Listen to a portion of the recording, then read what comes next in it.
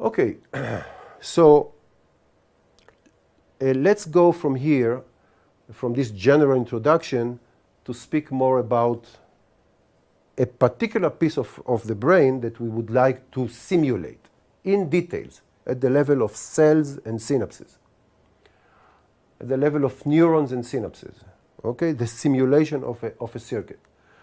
So we would like to choose a circuit, some circuit, and reconstruct it in details, anatomically, also physiologically, put all these things together under a modeling framework and simulate it in both health and disease, this particular network. So the question is, what should we choose? What network should we choose?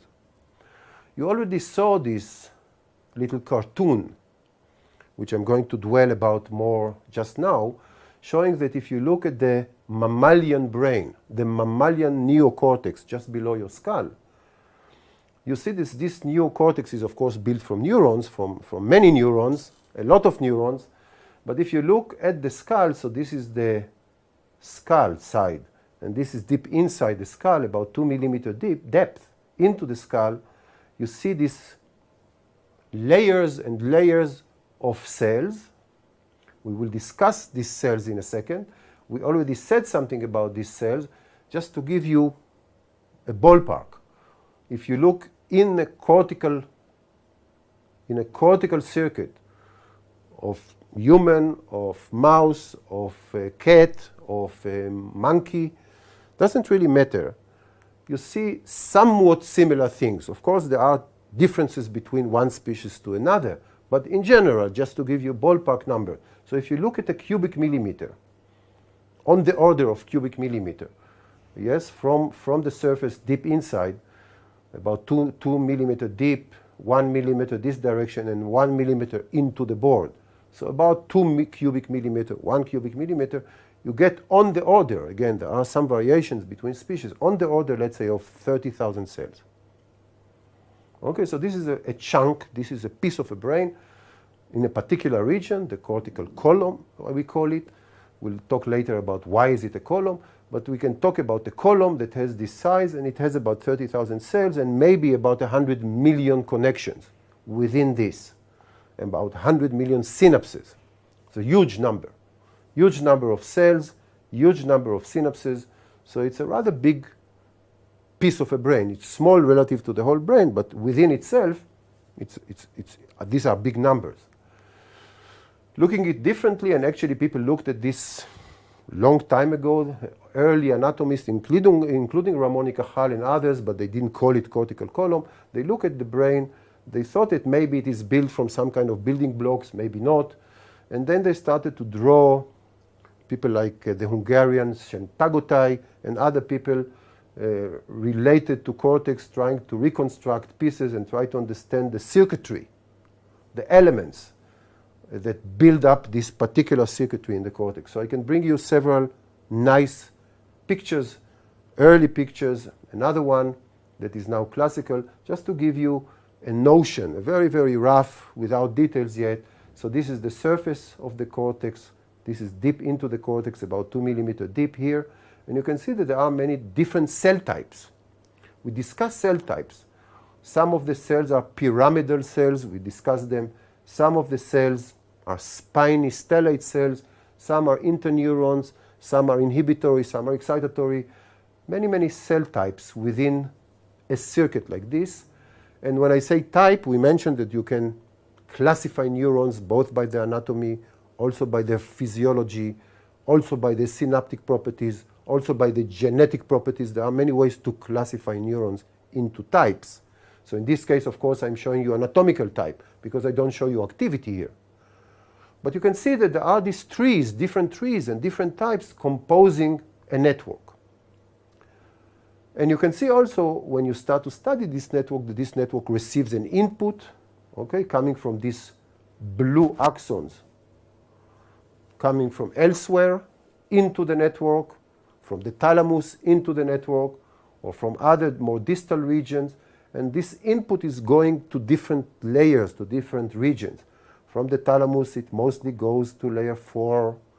From other regions, it mostly goes to layer 1 and so forth. So you can start to make some kind of an order some general order, that it's not all to all and not everybody is talking to everybody and the input doesn't go everywhere and so on.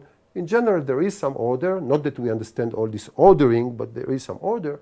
And so people in the last, I would say 100 years, are starting to more and more dwelling, learning, studying this particular network, because the cortex is something, of course, very interesting for us as mammalians, as humans, because in the cortex, which is relatively new in evolution, about 200 million years old neocortex, this neocortex enabled the mammalian world to generate new behaviors, including me creating new things, maybe with the help of my cortex, generating language and so forth. Who knows what comes from this cortex? It's relatively new in evolution, and so naturally we are interested in that. And so there is a lot of study about this cortex, and some of these studies, whatever we know, we would like to put together in this simulation-based blue brain research. For example, if you go deeper into this cortex, this neocortex below your skull, you can see that there are layers. I already mentioned layers, but I didn't say what I mean by layers. So you can define layers in many ways. We think about 6 layers. Typically, again, this is only typical. Some regions have less, some regions have more layers. But let's say layer, I mean that the cell bodies of certain cells, it's dense. You will see soon in a second the layering of the cortex. You can think about layers. So this is some kind of order. You make an order by saying, I have layer here with cell bodies and dendrites emerging out and down, up and down. There is another layer, layer 5, with cell bodies sitting here. I can try to make some order in this jungle, but also speak about different cell types, as I mentioned before. So this will be the blue dendrite of layer 5 pyramidal cell, and the blue axon, or the bluish axon here, will be layer 5 pyramidal cell axon.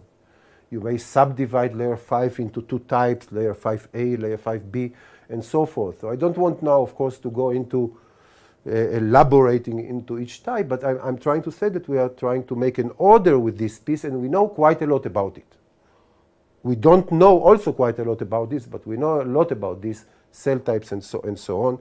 And recently, because of new techniques, new technologies, you can see, for example, here, a column or a cortex with this surface going down, and you can see dense cell bodies in layer 2 and cell dense bodies. If you have good imagination, you can see layer here, less dense here, and so forth. You can speak about layers. So this will be layer 6 cells, this will be layer 5 cells, this will be layer 4, and so on. Again, this is, you may say, I don't see exactly the layers and so forth, but I'm just showing you that we are trying to make some anatomical order, which has some foundation, because the input is not going everywhere. Cell types are different in some sense from one layer to another. And so we are trying to make order, you can see. And this order, hopefully, will help us to understand the function. Hopefully. But this is only anatomical order, and we also want to make other type of orders. We also have today beautiful, elaborate, intensive, really intensive work, in this case from Kevin Martin's lab, trying to, in details, look at a particular cell type. For example, this cell is a spiny stellate cell from cat V1, from the primary visual cortex of the cat, in layer 4, in this case layer 4 spiny stellate cell. And you can see an attempt to map out all the synapses, the inputs into this particular cell. So, for example, all the yellow dots, this dot, this dot, this dot, all the yellow dots signify an input coming from the thalamus. So this is another region, earlier region in the visual system, going into this cell and making synapse here, here, here, here, all these yellow dots. You can think about all the green dots. So here are the green dots. Here is a green dot, here is another green dot, very hard maybe for you to see, another green dot, many, many green dots. These green dots are coming from lateral input from similar cells. So of course this is not the only spiny stellate cell in this region. There are many spiny stellate cells in layer 4, and this spiny stellate cell talk to each other via axon and synapses, and so you can also mark, statistically at least, where the inputs from other nearby similar spiny stellate cells impinges on you, and so on. So this is now a map at the level of single cell of what is the synaptic environment around you? What is the source of input? Who is the source of input? Near you, from nearby cells, but also maybe from far away cells, from the thalamus or from other regions. So this is a synaptic mapping, a synaptic map onto this cell. And you know now, after the lesson we took before, that eventually all these synapses together, in some sense, this orchestra of synapses, inhibitory and excitatory synapses, eventually may generate, yes or no, a spike in this cell. We don't know, just by looking at it, we know the substrate, the substance, who is talking to you, but who is talking when? And when he talks, what does he say exactly? This doesn't give you. So it just gives you the map of synapses without any activity. But this is a beginning of trying to decipher the activity of this particular cell resulting from the activity of its neighbors.